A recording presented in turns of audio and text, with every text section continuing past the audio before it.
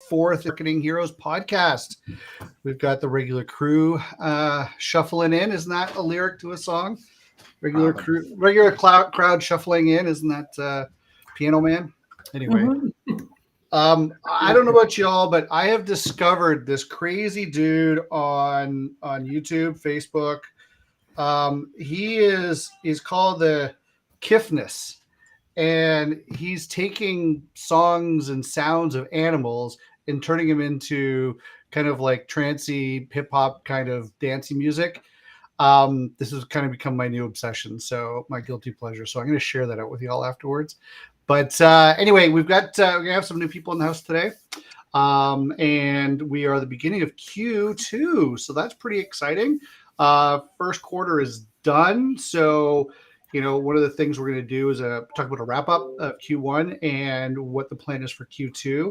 And for all of those people that are now new to their marketing jobs in the wineries, welcome, congratulations on your new role. And we're here to support and help you.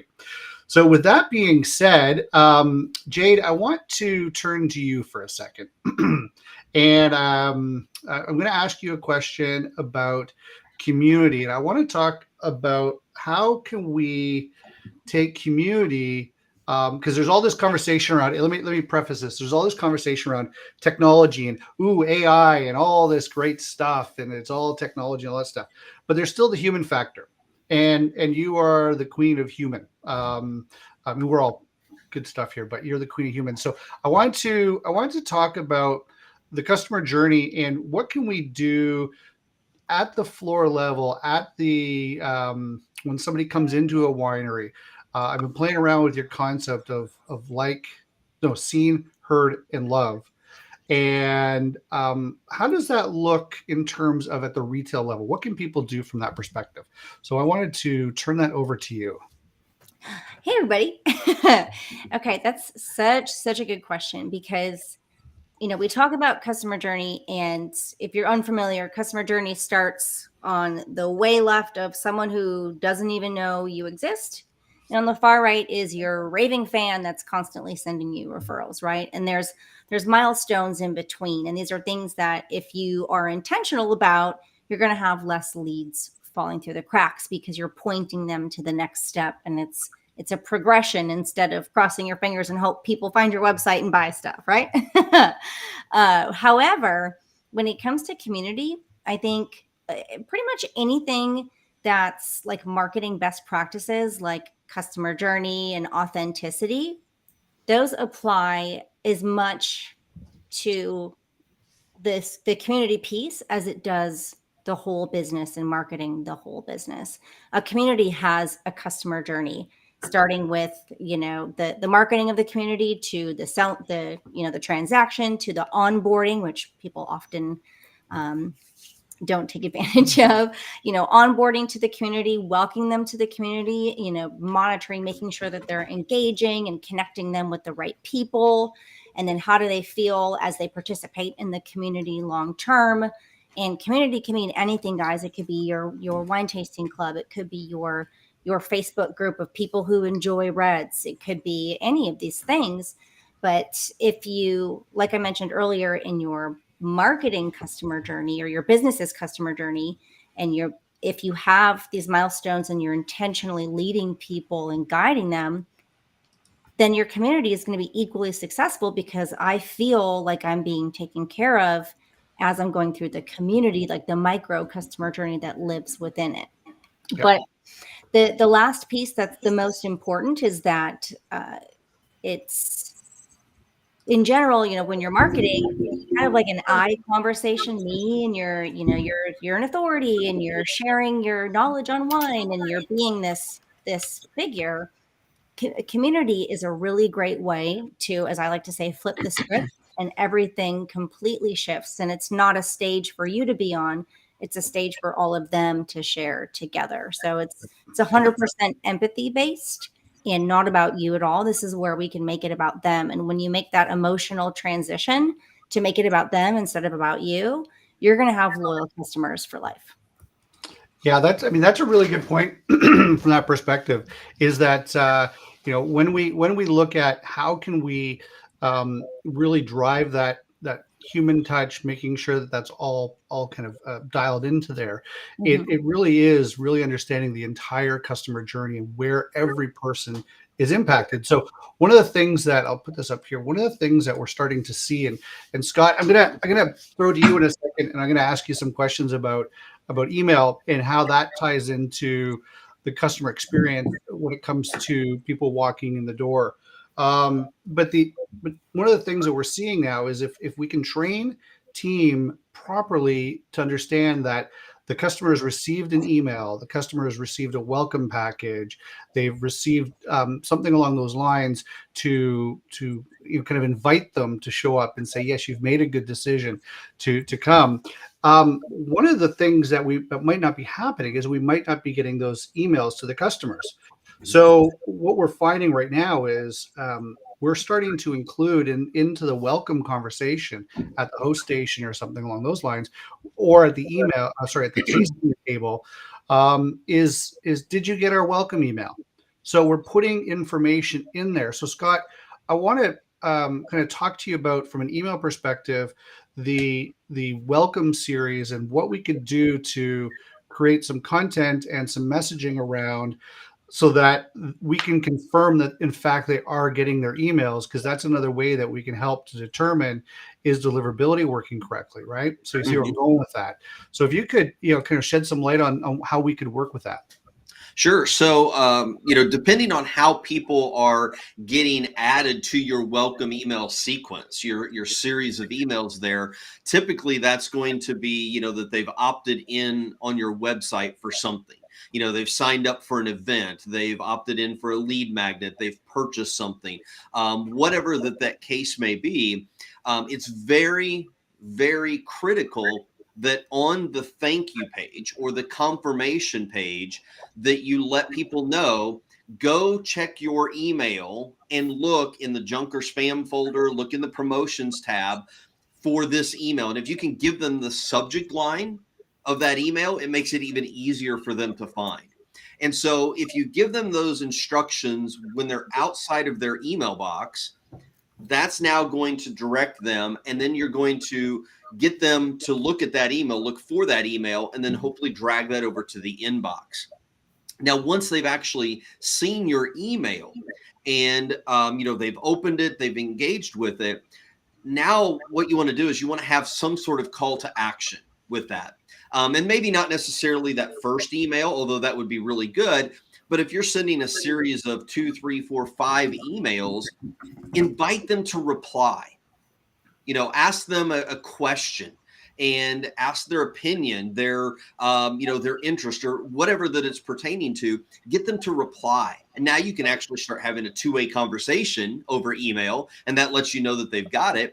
Or you can have them click a link so that they go to your website. Maybe they complete a survey. Maybe it's a 2-question quiz, something like that. That can also show engagement. Yeah, absolutely. I think that's, from that perspective, that's a really good idea in terms of being able to really test that deliverability and that engagement. So the latest one I saw was it was a big picture of somebody kind of like, where did it go? And it was like a real shocking picture. And it was like, hey, make sure you got my email, because there's a surprise in there for you. Yeah. And I immediately went, like, I knew what was going on. And I'm just like, okay, I'm just going to go check it out. Right. So Paul, and I've got a plan in my mind of how this is all going to work. Hey, Paul. So I'll be polite. The other day we were talking about pixel traffic, and we were talking about the power of pixel. And so to build on what Scott was saying, why do we want to have somebody open up an email potentially to go to a link to our website? What does that have to do in terms of building custom audiences and things like that? And how does that expand our reach and our audience creation when we're talking about ads and farther down that customer journey in the ad set? For those of you who are actually taking the social media winery kit in the box program, you'll understand what we're talking about. But just in concept, Scott, Paul, how does that play into the ability to fine tune those audiences that we were talking about?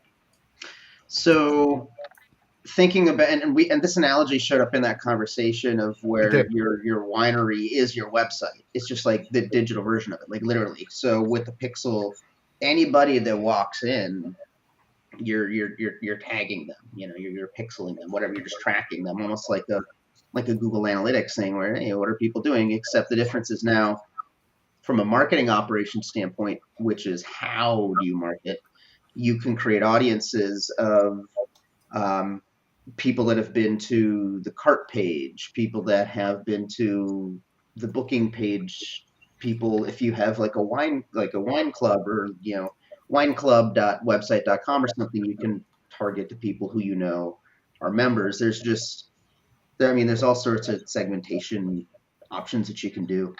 And I'm sure George has a bunch of ideas about that, because he's the content guy. So right. That's just the tactic. Like, that's just the marketing of how. Now, if you look at the customer journey, the actual marketing part of it, that's why the content's important.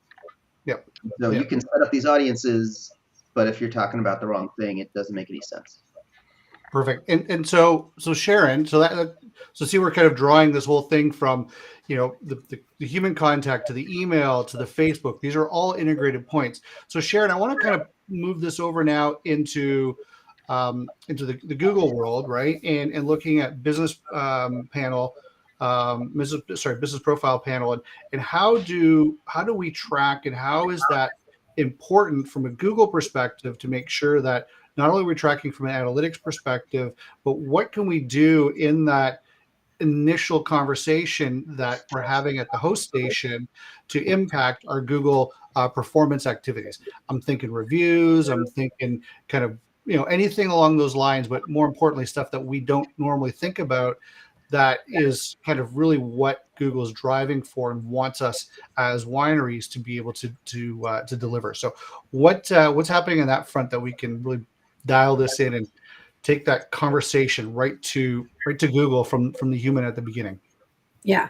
Once they're already there at your place, the biggest thing is going to be a review, and asking them to even take, hey, if you've taken photos while you've been here today, or if you take photos while you're here today, things that are of interest to you, or that would, you feel would be of interest to others, just know that you can drop those on our Google Business Profile panel. But if you're, we'd love it if you would leave us a review, and then as part of the review, talk about your experience. And if you've taken a great photo of it while you were here, make sure you add that photo, so the other person, who maybe hasn't come here, is thinking about coming here, and they're reading reviews, they have a visual to the experience. Right. And I think that's something that a lot of people miss. We've even started incorporating in like follow-up email letters. So we've got a lot of great follow-up email examples of the way that, we approach it for some of our different clients. So one of them is to, like, what you don't want to do is like send a follow-up email to somebody who's been there. They've been there, you've collected their data, through the process of them being there. Maybe they've signed up for your, email marketing campaigns, or, just newsletters, things that you send out.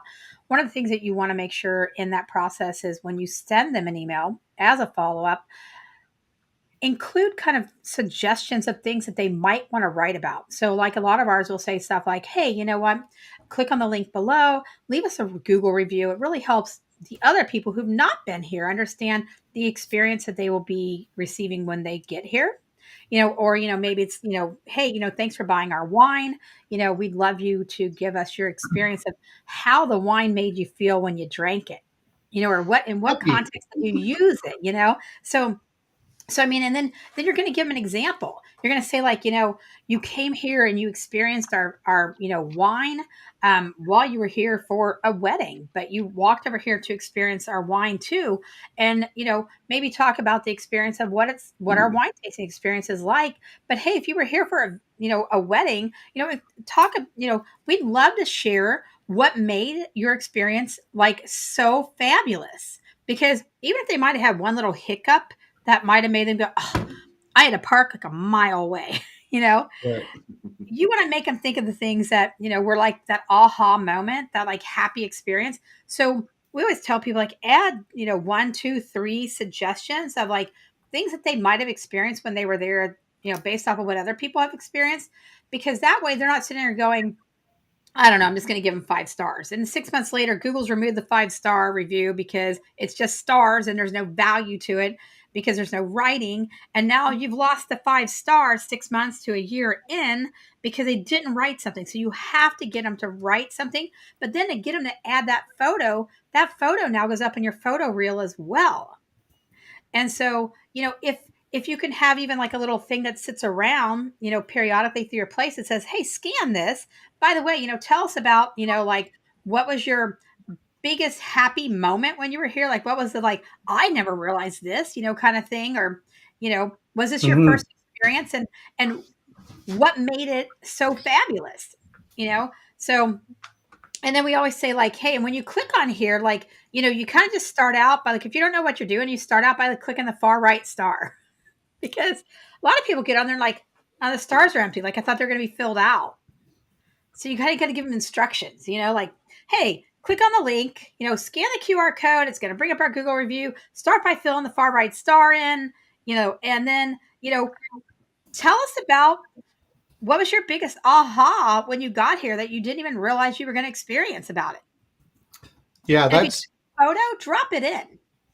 I think what I love about this idea is that, it starts at the beginning, but like, let's take that photo idea, and I'm going to come back to you, Jade, for a sec, because that photo idea now is an opportunity potentially to demonstrate what happens. And that's where community and things like that begin to kind of congeal a little bit. So how could we take Sharon's idea of doing the reviews and doing that, getting some photos, but in doing it intentionally, possibly through email follow-up and things like that, but also to drive it and actually ask, hey, like, I don't know, if it's a party or if it's a group or something like that, how could we intentionally ask the team to ask questions, or at least craft that in email follow-up? How would you recommend doing that? Yeah, in fact, it feels like you planned this, but you didn't. But basically, Scott and Sharon like teed it up perfectly. And the answer to getting like amazing engagement in a community setting is the same. Again, like the best practices apply to your business and to your community. It's calls to action. Right. And this might sound silly and rude, but like one of the number one rules in marketing is pretend everybody's stupid. You have to remind people to do things 8 times. You have to have big buttons that say, click me. Otherwise, they're not going to know what to do. People are busy. People are, they have 100, things thrown at them all the time. They're very, very overstimulated. So the more simple and crystal clear you can make the call to action. Hey, here's an email. I saw that you, attended your first wine tasting. Click here to go into the community and tell everyone what you thought and prompt them exactly what to say. Hey, here's your homework. You just completed module 1 of my wine tasting course. Yeah. Congratulations. You're amazing. Go and click here to go into the group and share what surprised you the most and what your biggest question is.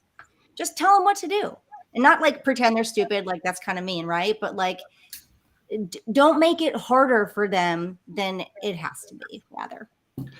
Yeah, I think that's fantastic notion there in terms of being able to pull that together. So, hey, Brina, I saw you down there, and I wanted to bring you in. It just got hotter in here. Yes, it did. That was a private comment. Cue the music. Yeah. So George, I wanted to kind of now steer the conversation a little bit more towards you and looking at kind of the on the content side and on the messaging side of things is now we've got, kind of went through Jade from the, kind of the community side of it and messaging. Then we're looking at the email side of it and so on. And Paul and Sharon looking at the technical components of it. And then Brina, we're going to come back to you a little bit and circle this around how we can take this to the next level. But George, when we look at content and we look at creating the content that goes around some of this messaging, how would you recommend creating this? I mean, sure, I'm not talking about the technical, but I'm talking about specifically the intention of the messaging. And I'm going to preface this by saying we as marketers in the last 3 months, in the last quarter, have had our world shifted by AI. And where we as a community and as professionals can shift is understanding that we still have that human connection with the individuals. And that's where our brilliance comes in.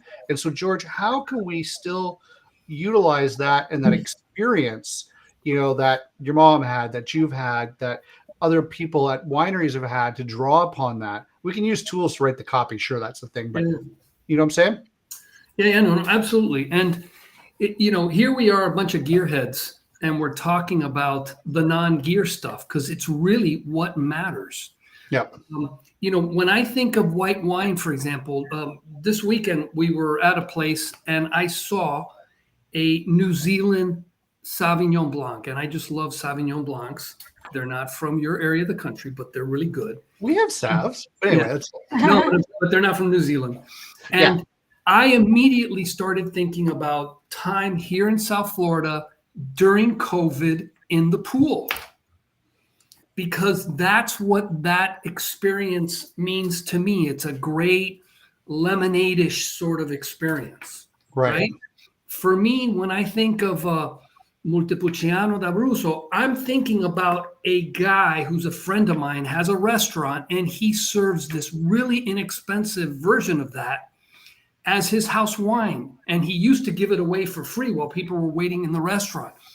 That experience is what you really have to tap into. Yeah.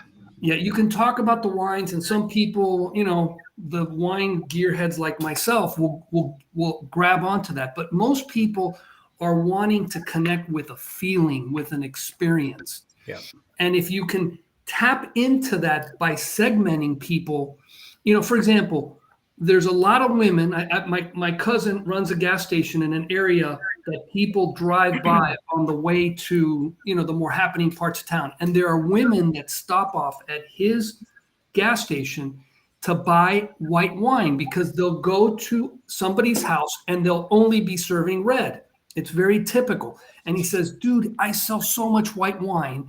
And he knows the 3 common ones to have because that's what it is. So women sometimes feel neglected at someone's home because most people will serve red. So how do you tap into these stories that people have in their heads so that they think of your wine, the experience they had at your winery when they get your email messages or the social media content?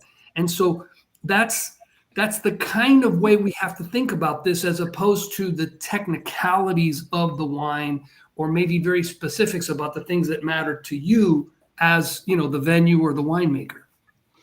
Yeah. And, I texted there, Jade, I just put in there the whole idea of message mining, right? And so I wish I could bring the 2 of you up and have a small, but I'm going to bounce between you guys. But I mean, Jade, that's really what you talk about, is that message mining side of it and pulling that information in to be able to do that and then draw upon the stories, right? Like, so could you, for those of you who aren't familiar with your idea of message mining, could you just share a little bit about that, please? Unmute myself. There we go. Classic. So to be fair, this isn't something that I created. I just learned it from being around smart people. But, the concept is pretty simple. You take 5 of your absolute favorite people to work with, people that you would do it for free if you didn't need to pay your bills because they're so great. And you schedule a meeting with them, you record the meeting, and you ask them, what are your dreams? What are your hopes? What are your problems? And just let them talk. And then take the transcript and put exactly their words on your sales pages in your emails, because you as the expert, as the business owner, are going to use different words. Doing and teaching are completely different things. And to this day, when I get excited about things, I'm always amazed when the other person is like, wait, can you explain this thing again? Because it's easy to me. I don't understand why they don't get it, because I was never in that position. So using their words to describe their disconnect from achieving the level of mastery that I want them to have, you have to use their words and use their problems and theirs, not yours. Yeah, Mark, let me comment on that. Matter of fact, I'm writing a blog today, and it's about sell something you don't have yet. Mm-hmm. And the reason I do that is exactly what Jade is describing, because we're contaminated as subject matter experts. And I mean that in the nicest of ways, but I'm contaminated when I'm talking about membership sites, online courses, and things like that, because I know it too well. I've got to jump into the saddle of the person who is thinking of buying my stuff and stop talking about what I do in terms of what I know about it, because that means nothing to the person that's buying it. And when you get into these conversations, this message mining experience that Jay just described, people will not start talking about the solution that you in the back of your head are thinking, oh, I know exactly what they need. They're talking about a problem they need to solve. And if you can tap into that emotional feeling, then it becomes easy. But until you get, really talking to these people, and I like that transcript idea, just transcript the conversation, and you can, did you ever feel like, Yep. can you relate to a comment like this? And don't edit it, because when you edit it, you're editing from a contaminated perspective. Such a great point. Oh yeah, I'll put you in there, Paul. The whole idea of the contaminated side of things. One of the things I'm experiencing now in having to train up personas on ChatGPT is I have to go back and teach this computer what's going on. So I'm finding that I'm actually going through that whole exercise. It's quite a fascinating conversation. I'm actually having to go and find answers to questions that I already assume I know. And hey, surprise, I actually don't. Anyway, Paul, let's bring you back in here. Yeah, go for it. Oh, I just wanted to quickly say you can also mine Google reviews because you're collecting them. And then, of course, you can mine email replies because you're sending emails. Just don't forget about and messages too, inbound messages. Oh, yeah, social too. Yeah, should probably talk about that. Perfect. Okay, so Brina, I want to where am I? I'm here. That's me. There we go. Okay. So Brina, I want to kind of now pull this down. So we've all been talking kind of from from the start of the moment that somebody walks into the building, really putting your hat on and thinking about how can we incorporate all of these other elements into a discussion so that the host, the servers, if you've got a third party that's doing or a third person that's doing checkouts and cash, or additional sales and support, or in the food side, whatever those elements are, what can we do in our language and our conversation as we're onboarding all of the new team members and changing that script to help with all of the digital components? Did you get my email? Did you do all this stuff? How do we segment? And so I want to now flip this around a little bit. And so Brina, I love that you use a different term for avatar, and you kind of go to the FBI concept, right? And so we've talked about that in some of our private training and some of our private things, but could you just tie those two together of how we can use all of the information that we're collecting and learning about to begin to then build up these customer personas or profiles, as you call them? Yeah, so I mean, people will tell you exactly, just to kind of, I guess, mirror what everybody's saying, is people will tell you exactly how they want to be talked to, how they want to be treated, the kind of conversation they want to have, even down to the kind of wine that they want. You just have to listen to it. And so when taking all of this and like putting it together, it is important to first get to know somebody, from that aspect. As far as putting it all together, I like to look at it from the operational standpoint. You had mentioned bringing in the team and like kind of making sure that it's that market message match. I think that's really huge in any kind of selling, especially when it is something that's really personal, like wine. Just I believe that like food and drink is like one of those things that really connects people. And so kind of what George was saying is like a couple words that came up was relatability and nostalgia. Is you have to be able to try and recreate that with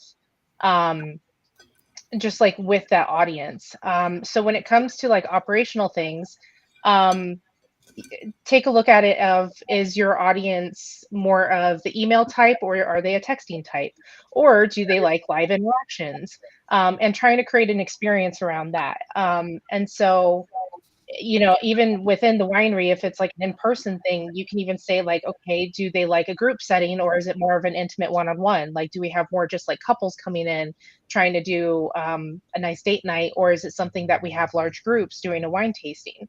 And then trying to match the experience to whatever that is. Yeah. Okay. Go for it, Jade. Yeah, absolutely. Hands up. Again, I won't take credit for this. I heard it at a conference I was at last year, but someone called it the interest intersection of what you want to say and what they want to hear. Mhm. This is where everything should live. Right here. I feel like I volleyed that one up for her and she spiked it right there. Yeah. Thanks for Upset. tuning it up, There we girl. go. No, there's a question just came in on chat here, and so I haven't figured out how to overlay this on here yet. But anyway, so the question was, are you saying that we need to collect this information and then add it to our CRM system? I'm assuming they mean at the host station or something like that. So I'll open that one up to everybody. Like, what do you think? Anybody have a comment on that? Well, I would say that if you've got, I mean, I was thinking earlier, like you were talking about training your staff and, on all of these things and kind of like really helping the customer journey at every touch point where you're going to have human interaction when somebody comes into your winery, for an event, for whatever that it is. If you've got a way, whether it's at a physical workstation, whether you're using iPads or whatever that it is, but if they've got access to personalized information about the people that they're interacting with, and they can just like quickly glance at that, and they know that they're interested in red wine. They've got 3 children. They just recently got married within the past year, or whatever that the case may be. That now allows your team to have more personalized conversations with them live in real time. Right. So the easier you can make that information accessible to your team members, the more wowing of an experience it's going to be for the clients. And Scott, I'm going to add to that. We were at a restaurant last weekend down in Naples. And when we went in there was 8 of us who were there for a business meeting. And they took the main guy's name, and they asked him for his name, his email address, his cell phone number, because they were going to text us when when we were ready to seat. And then they said, hey, by the way, just, we're collecting a little bit of data here. What is your favorite thing that you like to eat typically on a menu? Are you more of an appetizer, entree, or a dessert person? And I thought that was the first time I'd ever seen a restaurant ask that before. That's good. Yeah. Now, what did they do with that information? You're segmenting before you even sit out. Yeah. Yeah. Sorry, real quick. Did they collect it, or did they just ask? Like, did it go into their system? They were typing it in the computer. Interesting. Okay, cool. Abrina, yep. I was going to say, so I've been kind of seeing a lot about this show. I think it's Life Below Deck, and it's basically about boat charters. And I think that's a really good example of what we're talking about here, because before the people actually come onto the charter, like these are the really expensive high-end charters, but before people go onto those boats, the crew knows everything about them. Like they're supposed to memorize their names, what their personalities are, what they like. I mean, everything. And I think that's a really good example of what we're talking about here, because if you can collect all that information, really get to know your customers, you can provide that personalized experience for them, to make it just that, and a personalized experience and not just the experience. Well, and just think of the experience. If you could get that information to the waitress, I hear there's someone here that's really into desserts. Let me tell you about it. I mean, that just slants the whole conversation. Yeah. Mm-hmm. Well, I know for our staff, I mean, we have a client data collection sheet, and it has like, their birthday. Are they married? When's their anniversary? What do they have pets, and do they have kids, and what are all their names? And, what are things that they talk about that they like? What are, common interests? Do they do anything recently? So we are on the phone next time with them, we can say, hey, how was your son's wedding? Tell me all about it. Mm-hmm. And we spend a lot of time doing that because, when we say that, we want to be an extension of your marketing team, I mean, it's really, we want to be an extension of your business and of you. Well, Jade, you were going to say something that I'll chime in on that one too, but go ahead, Jade. Yeah. and here I keep going parroting other smart people, but I once saw a presentation. A lot of us know him, Daniel Bushess. He was talking about how customer journey is a lot like working at a restaurant. They walk in the door, you welcome them. You ask them why they're there. How are you doing? You seat them at the table. You ask them if they want something to drink first before you come back. Don't forget to check on them or you're not getting a tip. Ask them what they thought. Offer to introduce them to the chef if they're ready. Upsell them, downsell them, but only on the basis of what you know about them. I mean, everything about customer journey in business is like completely in parallel with fine dining. Right. And so I want to just kind of preface this. So I'm going to do how do I do that again? I got to put that there and then that there. Okay. So I want to take and bundle all this together and look at it. And so really the theme of this discussion has been around understanding the customer journey, right? We've used that phrase a lot. And so specifically what I want you to consider is as you're onboarding new staff for the season coming up and you're creating your new training documents and manuals and so on, what are you as the marketer contributing to that new team training onboarding process in terms of the marketing experience, in terms of the brand experience that the end customers will ultimately experience, because you can't touch them downstairs. That's retail, right? That's or on the floor, that's that team, but you can have such a significant impact in how everything transpires and how that messaging gets across.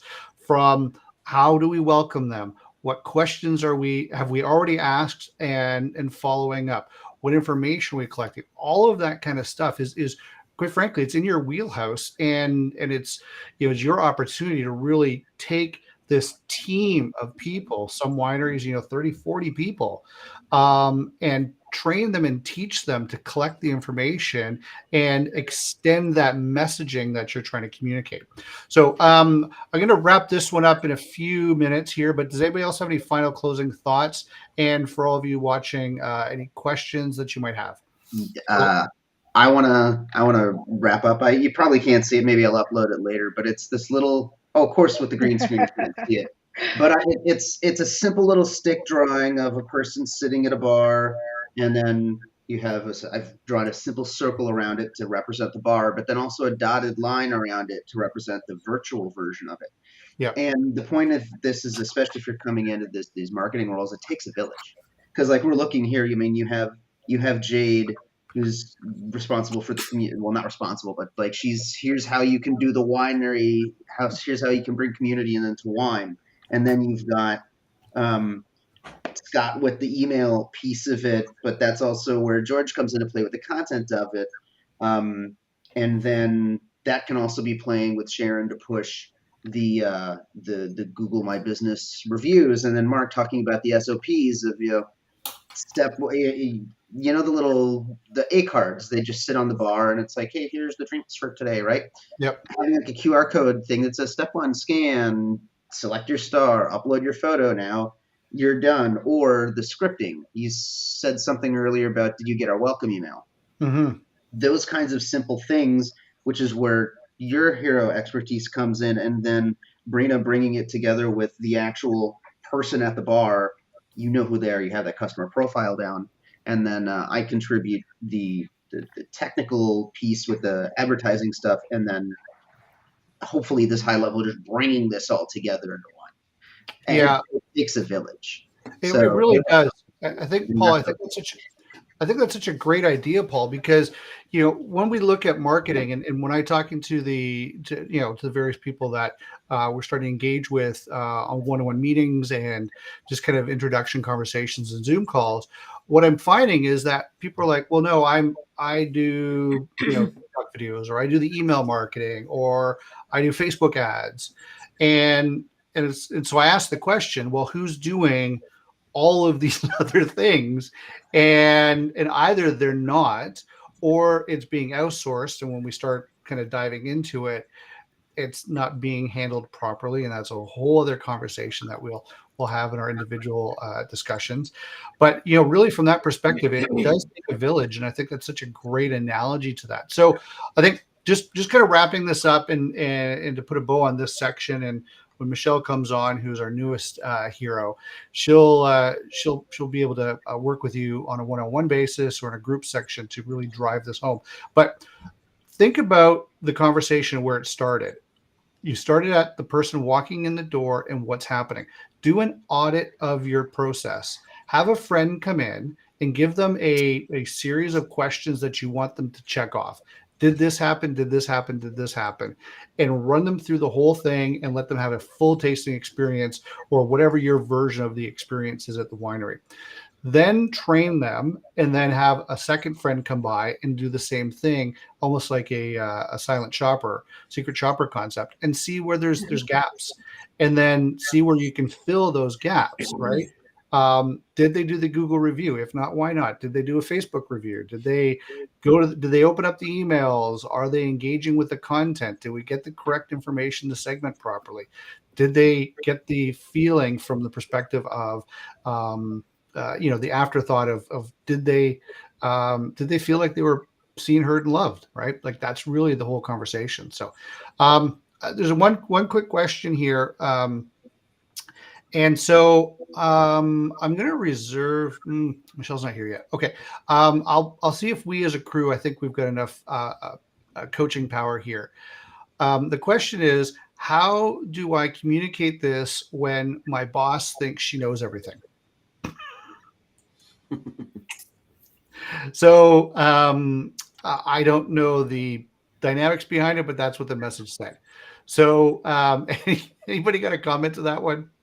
I've got a few. I'll chip in on this. So I'm the kind of person that, I look for efficiencies. I look for just different things. And usually how I operate in this case is I go and I try and collect the data before I bring it to the boss, before I try and say, hey, this is an issue. What I do is I perform my own little experiments to collect data and say, like, this is why I believe it's going to work, because I've tried it out with the last 5 people and here has been the result versus before that. And so if you can, instead of just going, it's kind of, what is it? It's better to ask for forgiveness than permission. That's how I operated in those cases. And so, yeah, just, I would say go and just, if you think that it's actually going to be beneficial and that it's going to help with the overall customer experience, do it without asking, obviously in a way that's not going to get you in trouble or fired, but just do it in a way that is experimental, that's going to collect data. And that way you can have a little bit more power behind that when you do bring it up of like, hey, I have a strategy, I have a plan, and here's why I think it's going to work. Because then it's based off of data and statistics rather than just what you feel and think. Right. Anybody else? Yeah, that was going to be my number one thing, is just bring objective data, do the best you can to create just a super even assessment of the data and what you're seeing. And then if you really want them to buy into whatever you're attempting to do, since it sounds like this person is driven by ego, figure out a way to position it so if you use my solution, you'll look better. Yeah. And I would recommend that if you're going to, if you're dealing with somebody like that, an excellent book is Never Split the Difference. So The Art of Negotiation. Read that, and by Chris Voss. And that can help you in how to, properly approach a boss who may not be open to new ideas, but in incorporating what Brina and Paul said, and then how to actually present that to them can be very effective. Jade, go for it. I also think, and by the way, I totally echo what Scott said. I read that and I learned so much from that. That's smart. Anyway, also it's really important if you're approaching a boss that's kind of like, change is hard, right? So coming up with not just the data and the results that you're looking to achieve, but also the delegation plan. Mm-hmm. So I know that Mark is rolling out the free course on how to, what it takes to design a really well community-led engaged community. Coming soon is the paid material. And when we dig deeper into the data, we'll be talking a lot about, which kind of things are to be done by the decision maker, the influencer, the brand owner. There are some things that are community manager roles and tasks that are all about facilitating relationships. And then a third layer deeper, there's some stuff that's moderator tasks, just like boxes to be checked, things to be, checked and planned, and someone to basically project manage. So, it's a lot less intimidating to approach, a superior to say, like, here's what we want to do, but also you only have to do this. The rest will be done by these people, and it's already been delegated and assigned. Yeah.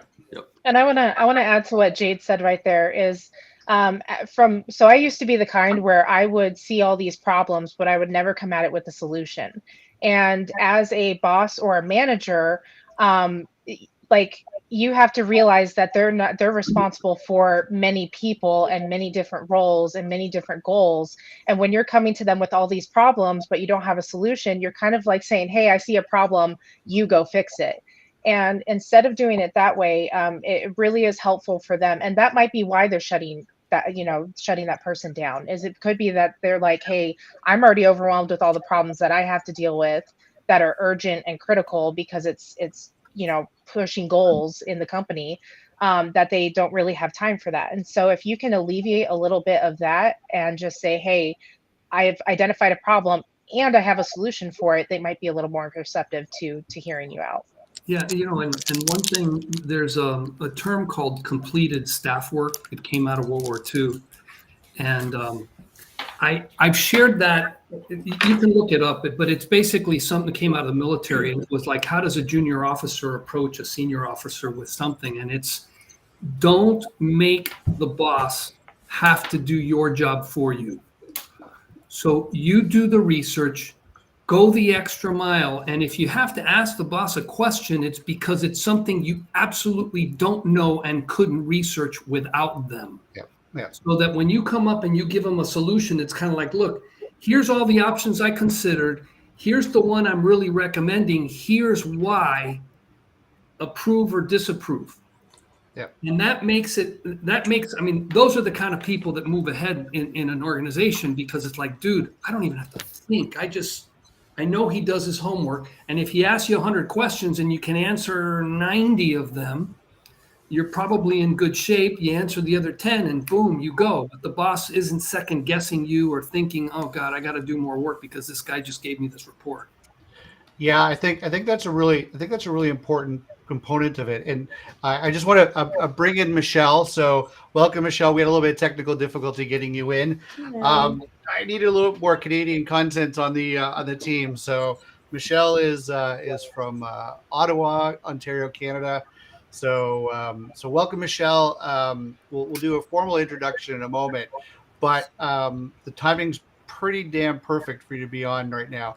And the question that came through is we're talking about implementing new ideas, specifically looking at some touch points in the customer journey that the marketing team can impact and influence as part of the onboarding and training. And the message basically came back and said, how can I do that when my boss thinks she knows it all? And so it goes back to the conversations that you and I have had about that younger, new first time, second job kind of thing.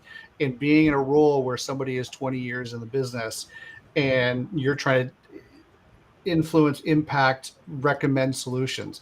So Michelle, what say you? Well, I love what George was saying when I came in. I think that when you can be the person that makes your boss's job easier, you become invaluable. Yeah. And I think often younger and newer employees overthink those things. Bring them something as complete as you can, present it well, and make it easy for them to say yes or no. So you don't need the entire book filled out. Bring them a play. Say, hey, I have this idea I want to implement. Here's where I got it from. Here's how I think it can work for us. I need the permission, or I need this resource, or whatever it is. Yes or no. Make it that easy. Well, if you can make the questions yes or no, just get the permission, you're going to be a hero within the business. They'll love you.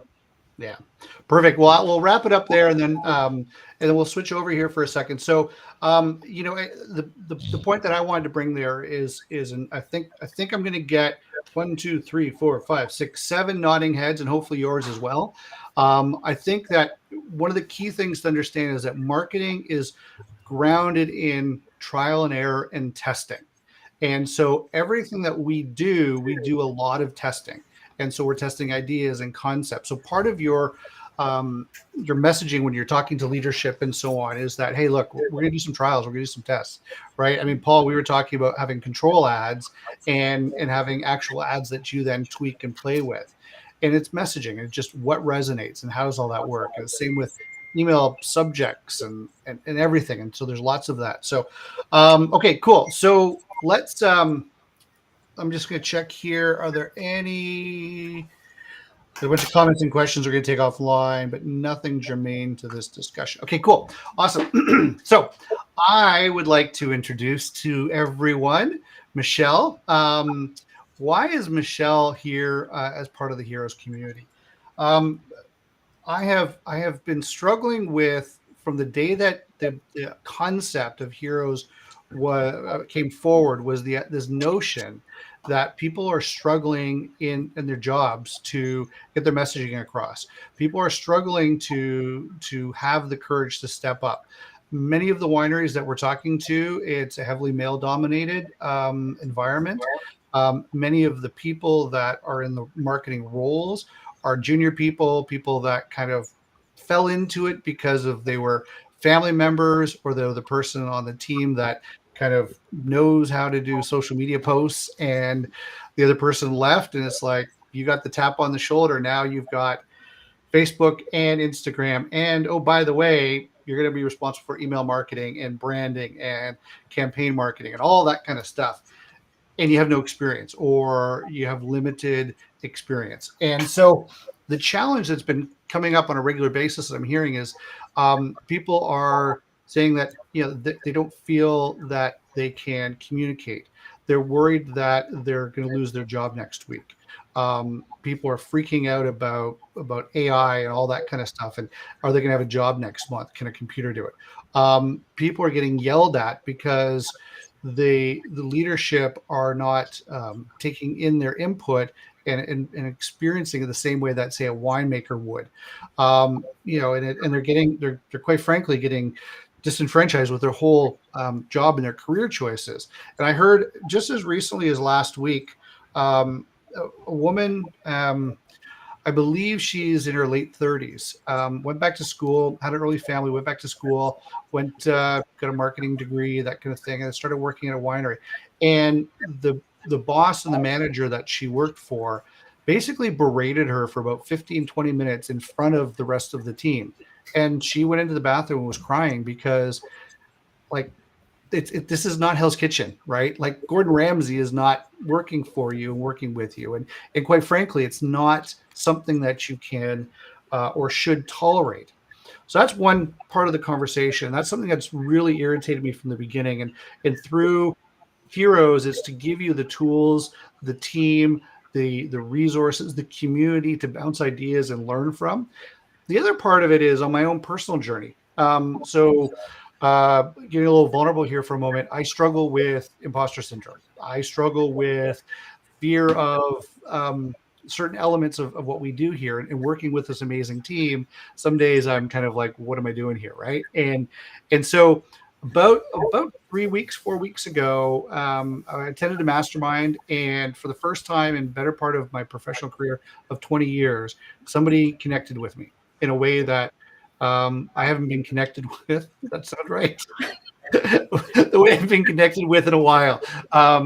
Yeah, it doesn't sound right. I hope Katie's not listening. Say it's not as exciting as you're making it sound there.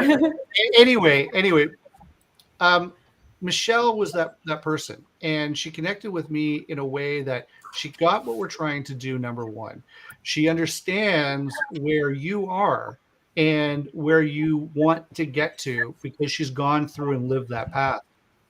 And most importantly, the level of empathy that she carries into that conversation is so powerful that you can let down your guard, and you can begin to open up to the process.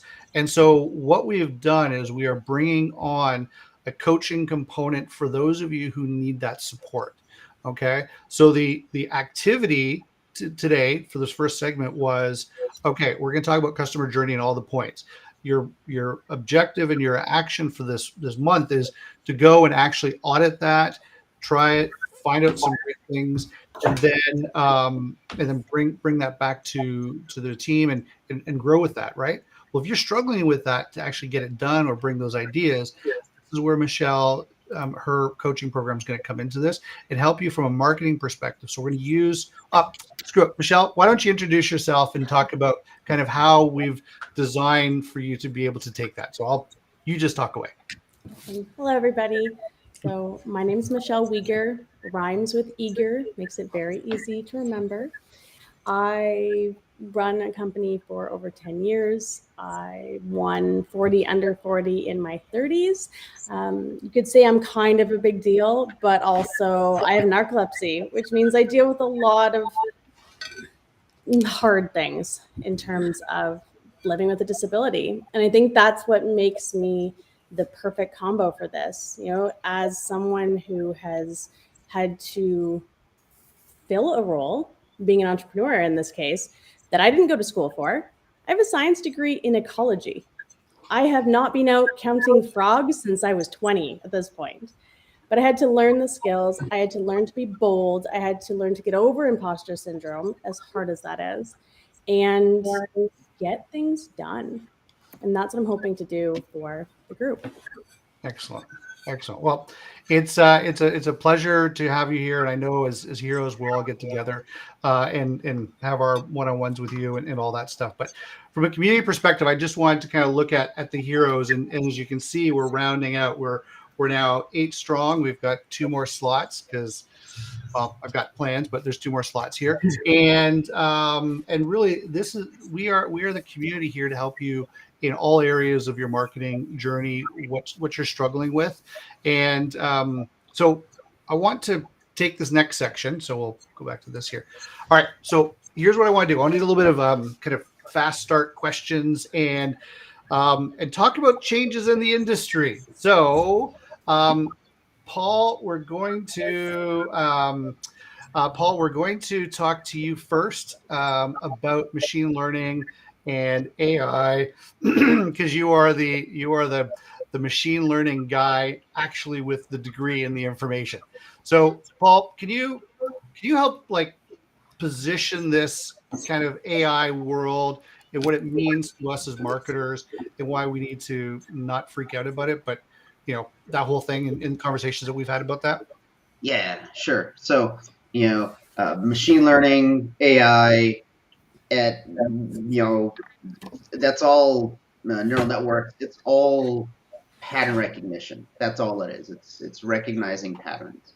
And so machine learning and AI that's not a new idea. I mean, industrial automation's been using machine learning and AI and whatnot for years in manufacturing. So what's exciting is that, again, pattern recognition, right? So we're starting to see these chatbots that are really, really good at writing natural language. So it's learned the patterns of just conversational, hey, what's going on? And it can, basically kind of like remember things and whatnot. And so there's many, many, many ways that it can be used. I remember reading some Twitter posts where nerds were using it to decompile machine code, just to be like, hey, can this thing do it? This thing, you're a Linux server, go do this. And like, this thing's super powerful. And so what's the whole sky is falling thing that I see is because people are afraid of it when really they should be using it to make themselves more valuable. So like Mark, I think you were talking about personas earlier, right? And using an okay, cool. You're going to go around with housing currently. Cool. So I guess let's just do that. Let's talk about how we're all using AI. Because again, I could go on forever about this. But the idea is, it's a machine. It's learned how to speak. plain English, and you can teach it to do stuff, and you can train it to always do things, and it's pretty fun. So I've been using it. And the other thing too is it's a really, really good research tool. I've been using it for a lot of research. I use it to either whip up initial content ideas or stuff that I can then take and then mold. It's the difference between like starting with the whole tree when you need a 2x4 and then cutting it down to whatever you want, and just like, hey machine, give me a 2x4, and then okay, now I can cut it in half and make it what I need. It is definitely going to expose the snakes in the grass to people that really probably aren't being super valuable. AI is not going to help them. If anything, it's going to accelerate the fact that they're not helping. Yeah, I think that goes to George's point too earlier about having that real good human connection. So for sure. And AI from your perspective, from a technical, what is actually considered AI, how long has that been around? I mean, the idea of artificial intelligence has been around, I guess, for a good long time. It's existed in like math and science, and then like I said, in industrial and manufacturing, and I'm surely military applications for a good long time. Yeah. A traffic light is a type of machine learning. Yeah, we talked about it in graduate school in the early 80s. So yeah. Mm-hmm. So it's been around for a while. This is one specific, very novel use case for it.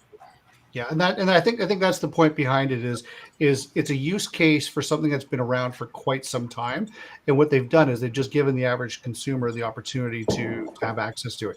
So Michelle, I know that you've been doing some training in this space and offering some training, and we'll be kind of doing a little bit of that here as well. But I guess in like 3 minutes or less, because I want to kind of go through everyone, and then I want to start. I've got a couple of questions to rapid fire.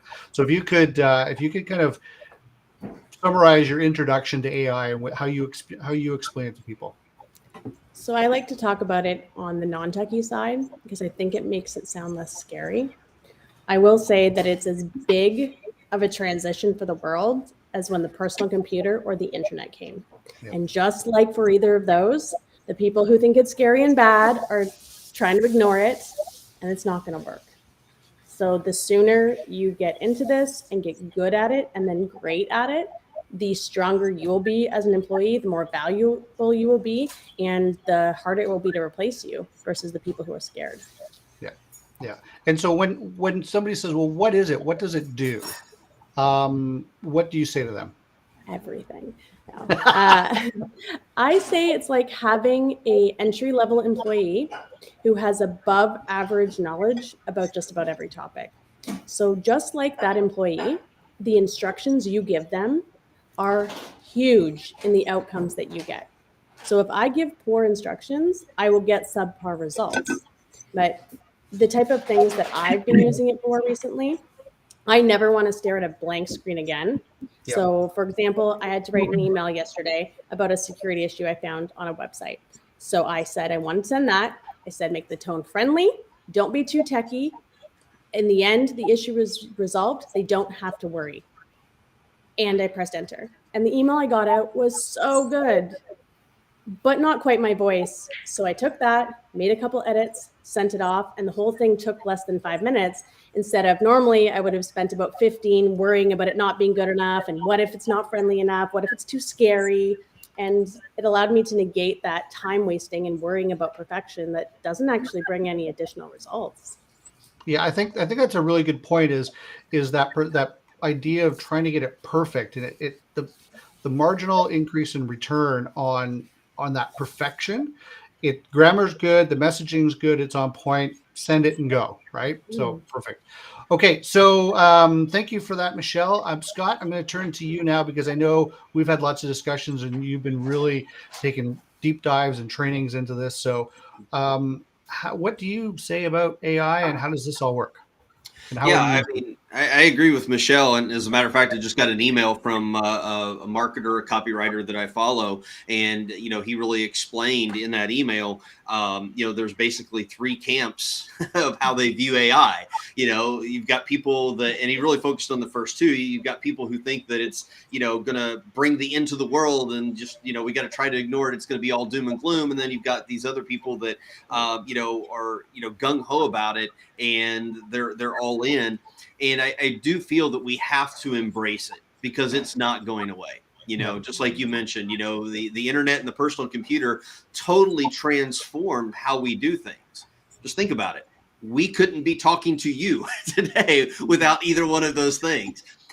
But when it was first created, it was like, oh my gosh, this is so scary. And there's still scary things about the internet, that we're discovering, every day. And AI is kind of the same way. But when you learn to harness the power that it brings, and really everything can be used for good or for evil, and it's just a matter of how you determine that you're going to use it. And when it comes to, the email component of things, I love, the illustration that Michelle gave there. She used it to craft an email in 5 minutes and get the content 95% of the way there. And then you can tweak it. And that's really what I want to encourage people to do is leverage AI so that you aren't staring at that blank screen, so that if you have no clue what you need to be writing about, it can help you do the research. So earlier in the call today, we were talking about, Jade brought up about, kind of mining your audience. What are they interested in, and what's valuable information to them. Obviously, nothing compares to real life conversations, but to supplant that, or to, kind of like come alongside of that, is you can use AI to help you research that. And then you can help it to craft your email copy so that you can speak to their needs, you can speak to their wants, you can speak to their pains and problems. And then all you have to do is tweak it a little bit so that it can be in your voice, making sure that it's friendly, all that type of thing. So very powerful. Ooh, can I put a cherry on top of that? So Absolutely. It spits out this email draft. We finalize it. I'll go ahead and take my final version and then put it into the bot and be like, this is ultimately what got sent out. Use this in the future. And it's like, cool, I'll remember, whatever. Yeah, I think what Paul's referring to there is you're training the bot. You're saying, here's what I want. It's giving you, then you fine tune it and give it back so it learns. And so what's happening technically is it's if you're specifically, we're talking about ChatGPT on this conversation. And so what'll happen is you can keep multiple conversations going, and you can begin to teach it how to speak, and it will begin to iterate messaging. And you can even go so far as saying, I loved everything except for the last paragraph. The call to action was too aggressive, or the call to action was too weak, that kind of stuff. And it will then reiterate the email. So George, content guy, what are you using it? And I know that we've had some discussions around this, but what are you finding AI is, and from a content development perspective? So I'm thinking from a content development, from membership sites to blog information, all that kind of stuff. How are you using it? Well, not that I would recommend plagiarism in any way. No. But it's a great way to take an article or piece of content that you think is pretty good and say, hey, can you twist this around in creative ways and make it sound a little bit different so that Google doesn't see it as copied content, and then you can use it. I never said that. I'll deny it. But it's a great way to take good content. And for example, I take a lot of my blogs, and we're part of my SEO strategy, I'm coming up and trying to get one article to be used for 3 different sets of keyword searches. So, X, Y, and Z, and I can't write the same article, I can't just replace those terms. So I'll throw it through, a tool like that, and it'll come out. I go, I need this to be 10 to 20% different. And then what I'll come out is with another article that kind of sounds like the original one I wrote, I do have to go through it and do some editing, but it's much more efficient than me having to write the article myself 3 different. Yeah, that's a really good point. And it's really, now we're hearing this a couple times. It's about efficiency, right? So we've got a lot on our plate, especially if it's a smaller winery and you've got multiple hats to wear. You need to find opportunities to be efficient. And so, Sharon, I'm gonna throw to you for a second because we've been talking about SEO. And I've been learning so much about. I'm gonna go SEO and then Google SEO. When you see some of the free training and stuff that Sharon and I are pulling together, you'll understand what I mean by that. But Sharon, I'm gonna preface this so everyone knows what we're talking about. One of the things that Google Business Profile requires that you post weekly a blog content. Okay. Most people struggle. Well, to if get you want to rank high. What's that? If you want to rank high. Yeah, if you want to rank high. If you don't want to rank high, then forget about it. Don't worry about it. But you need to be consistently posting something. And then there's all those other reasons why you want to be consistently writing emails on a regular basis. Content creation is part of digital marketing, and DTC marketing in 2023 is about creating quality content. And so, Sharon, can we talk about the conversation that we had? And first of all, from a Google expert perspective, I have 2 questions for you. First one is, how can we leverage it to build on what George said to then create content for your Google business profile? And second, can you please help dispel some myths here that Google is banning AI written content? Can you please dispel that? Absolutely. So first of all, welcome to the world of Bard. So Bard is Google's new launched beta testing, like Chat GPT, basically. So everyone will have access to it at a point in the future. Right now, we're still in the beta test, just launched in beta testing a few weeks ago. And so what Bard is basically, it is literally, I was with a client for the last 5 days, and we were typing in questions, and it was literally writing an entire article out of everything Google knows about their industry and coming back and giving us these short little like post articles. And it was absolutely amazing. We were having so much fun with it. It was making the process of what we thought might take like 2 times of getting together for about 5 days. We got everything done in 5 days that we thought it would take us, potentially 2 weeks to get done, because Bard launched like 2 weeks ago and made our life so much easier. And so basically, it's Google software like Copy AI. I mean, it is their software. You go in there, you can type in a question, it's pulling data, or you can stick your old article in there, put it in there, it's rewriting it, grabbing additional data. It's grabbing data directly either out of like what you've already done within your Google Business Profile panel or your own website. If it can't find better data and it's pulling it out of your own website, it actually says this was quoted directly from, and it gives you the link of exactly the website it pulled it out of, which unfortunately for them was two of their biggest competitors. But we won't talk about that. But Well, actually, hold on, Sharon. Hold on. Let me interrupt there for a second. So this is now where we start tying a bunch of these things together. Because here's the deal, right? Like, think about this. If your Google business profile is not set up, and you and or your client base, your avatars live in the Google ecosystem and you love it, where's Google going to go and get its AI feed and all of its information? It's going to go to the Google business profile. So train it properly. And that dispels the first myth that Google is creating its own AI. So how can it say, no, we're not going to let AI create content into the world when we are promoting it? It's the same with Microsoft. Yeah. Well, and let's just go back a step, because all of you who are unaware of this, February 23rd of 2023, so a little over a month ago, your Google Business Profile became the leader for search optimization for Google over your website. Can you say that again? It became the leader for search engine optimization over your website. Yeah. And that's because Google created the Google Business Profile panel, and they said, we're creating this because we can't guarantee anywhere online we're going to find the information we actually want to know about your business. When did you open your business?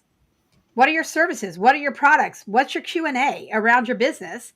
What and how's writing your about statement.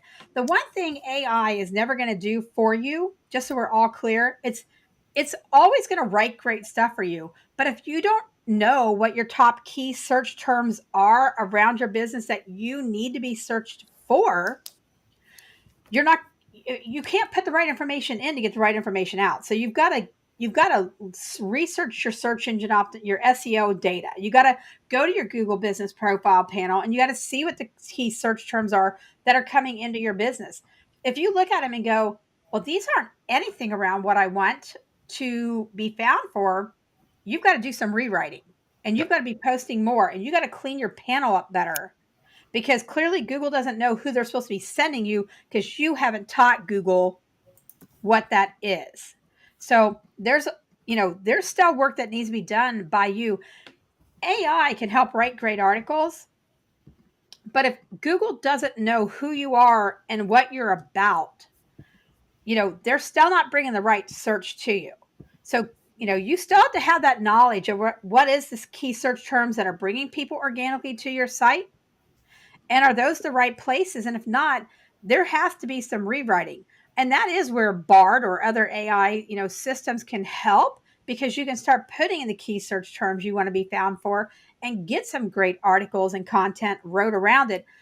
But everybody has to remember what we talked about a little while back, and that's that Google's entire algorithm system changed October of last year.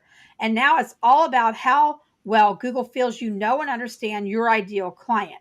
So if you haven't taken the first couple steps to understand who your ideal client is and what they search to get to you, no matter what in AI, you might not be writing the right types of articles to reach your client. So there's a lot of things that go into everything Google needs to know, wants to know, and how they send information out and bring your right clients back.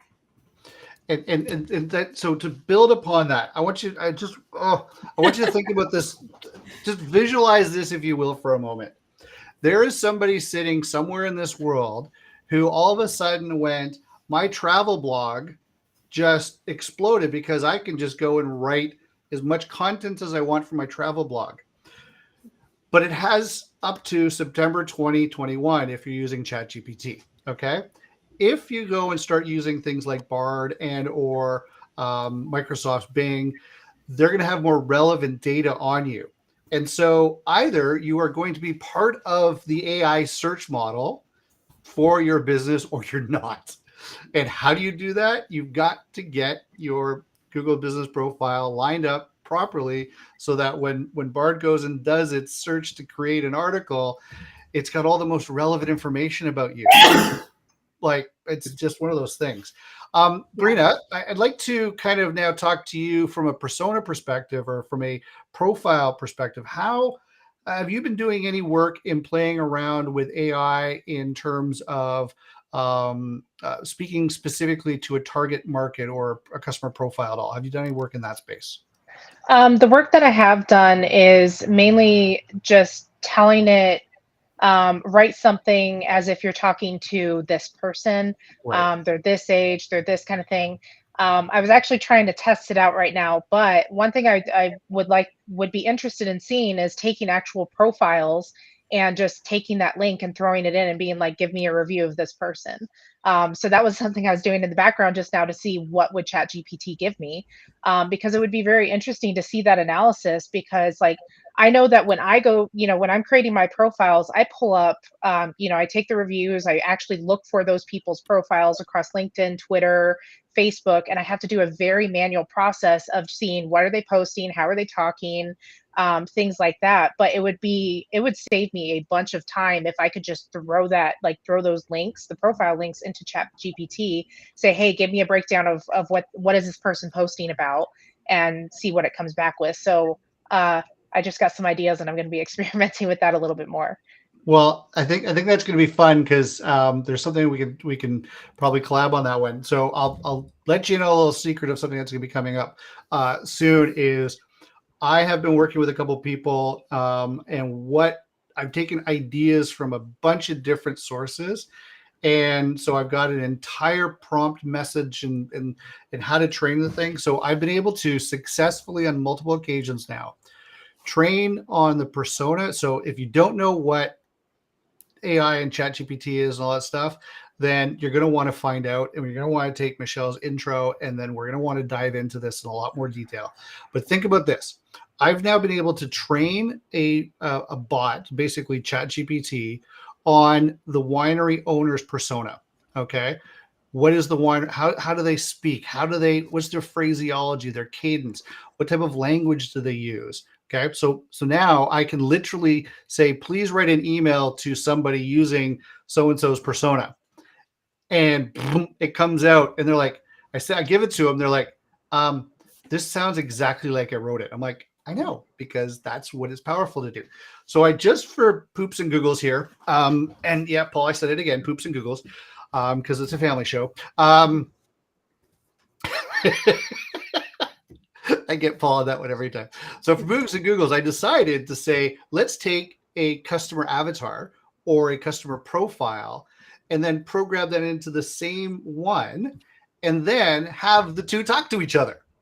And lo and behold, I get an email that comes out from the owner of the winery in his tone, speaking to a prospective customer in their needs and so it really ties it in, and it's freaking gold, and it's converting really, really, really well. So that's kind of tying all this stuff in. So Jade, we haven't heard from you yet, but I know you've been playing around too. So final word on this from you. Yeah. I love talking about community, and I know that you guys have heard me say some really fun things and all this stuff. But to reveal like what I consider my Achilles heel is content creation. I find myself, it feels inauthentic when I'm communicating one way. I prefer Zoom meetings and groups and fun and community. And, if anyone's like, hey, hop on this random Zoom call, I'm like, I'm there. And I live for Zoom chat. I've met like half of my best friends on Zoom chat, not paying attention to the presentation. That's why you're like this all the time. Yeah. Yeah. I have like 18 conversations going on at all times. I have ADHD. I embrace it, and I turned it into a superpower. So that said, I find it really difficult to be like, hey, let me teach you something. If it's not two ways, I feel like I don't come across very well. So content is really difficult for me. So thank you to ChatGPT and AI. I can ask it questions. Like the only thing I know is like best practice concepts, which is why y'all are watching this, right? Like come here and learn about best practices from a pool of people who do the work every day. You're doing the right thing. But when it comes to best practices, watching a show, and then you sit down at your computer and you're like, oh my God, what am I actually going to do? Right. So, here's the best practice. You got to create content. You talk about people's problems. And you guys have probably heard me drop this bomb before. I love saying it. You are not in the solutions business. You're in the problems understanding business. Yeah. So instead of talking about how awesome you are, talk about where they're at. So you just go to ChatGPT and you say, what do these kinds of people, what are they most concerned about? And it just spits out a list. And then I like to conversate. So I would rather record a funny conversation where we're cackling like the opening credits of Roseanne, talking about, these problems and what real life is like. And that's how I come up with content when I literally don't like doing it. So again, that really kind of really speaks to efficiency. It speaks to the opportunity of creating content and I'll be the first to admit, introvert here, lived at home, worked, remotely for 20 years. And I when COVID hit, I'm like, see, I love it. This is fantastic. I was not infected at all. Like, finally, you joined my world. But anyway, so from that perspective, self-promotion, all those things, it's a great tool to be able to do that. And I love Michelle's concept. I'll never look at a blank screen again. Right. And so, Brina, just back to you for a second here for a moment. When when you're building out your customer profiles and you're looking at that, how much do you look into what I'll call some of the deeper, darker issues? And so one of our personas at one of the wineries I work at is a man in his late 40s. He's compensating for his lack of whatever it is. And so he buys expensive wines to show off to his friends. He knows nothing about wine. And in fact, doesn't actually really like wine, but he buys the expensive stuff so he can show off. And so deep down, he's insecure about everything to do with that part of the wine culture. How far do you go down into profile development? Incredibly far. So I do look at those kind of insecurities, because those are, insecurities and just the emotional pulls, anything that's going to get an emotional reaction, because those are typically where the decisions are made, is in that emotional state.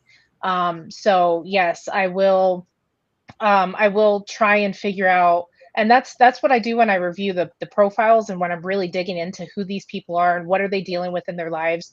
I don't just take a look at the positive fluffy stuff. I really try and take a look at some of those deeper issues, because that's where, again, that decision making is going to be made.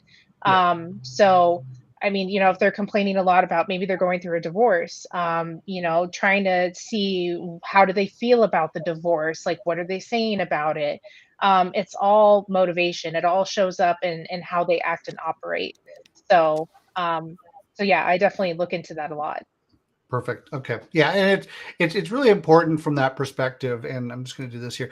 Yeah, it's really important from that perspective when we look at the avatar, is to understand the larger components of it. And that's something really interesting that you can actually program into ChatGPT and tell it, look, my persona is insecure about certain things. Here's how they respond to prompts and triggers, all that stuff. And it will draft copy, but you can also draft it for scripts and other things like that. So more to come on this topic. It will be part of our general conversation going forward. And as professional marketers, heroes, up and coming heroes, we need to embrace technology.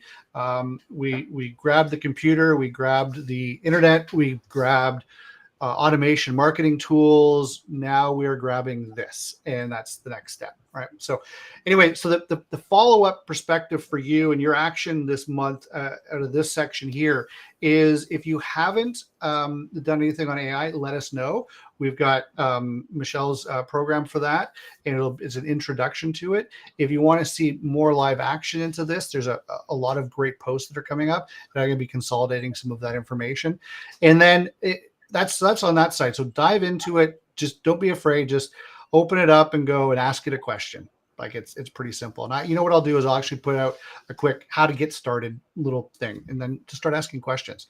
That's the first thing. The second thing is to go back through your customer journey, right? Go through and understand exactly where all of the marketing opportunities that you can help train the new staff on, with everything that we've brought forward here today. All of that's going to be in your wheelhouse to impact and to help, right? So that's going to be some great stuff.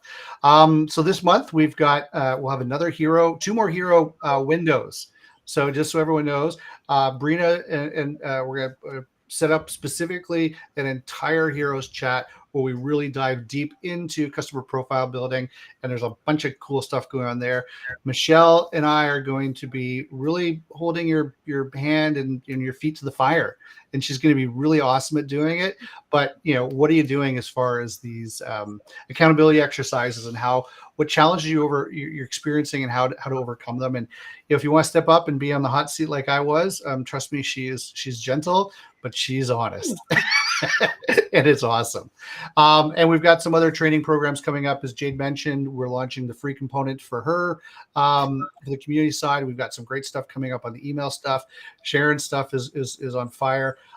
George and I are going to be building out some stuff. And Paul, we're almost final pieces on, I said free component. What was that? What did you think I said? You said we're launching the free component, and I heard freak. Oh no! Well, yeah, no. Well, you are a bit of a freak in a good way, right? Yeah. The best kind. We're all a little freaky here. But yeah. So that's all coming, and we got 2 more pieces coming down the pike. So really exciting to have you here. So as always, if there's any questions or anything that you have, just drop them in the chat. I'm just so everyone, I've got to figure out how to get the streaming going now, but we're getting lots of thank yous, lots of all I can say is there's a ton of thank yous flowing through here, and this is great. So anyway, love you all. This is great. And I'm, as always, I'm honored that you've all chosen your hour and a half out of your busy schedule to be here with us. So thanks so much, and we'll speak soon.